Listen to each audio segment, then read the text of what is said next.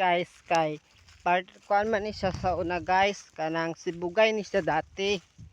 So ang kaning sibugay nga dati na nakuan dito guys na buwang kay sige ab-ab, sige kaon, sige padayon og pagbarog sa sibugay ang tubig. So muna siya naabot na ang iyang panahon nga makuha na guys nga napaabot na gid ang panahon nga naputol jud siya guys, wala na siya diniagi ang tubig. So dito na siya nagagi sa pikas.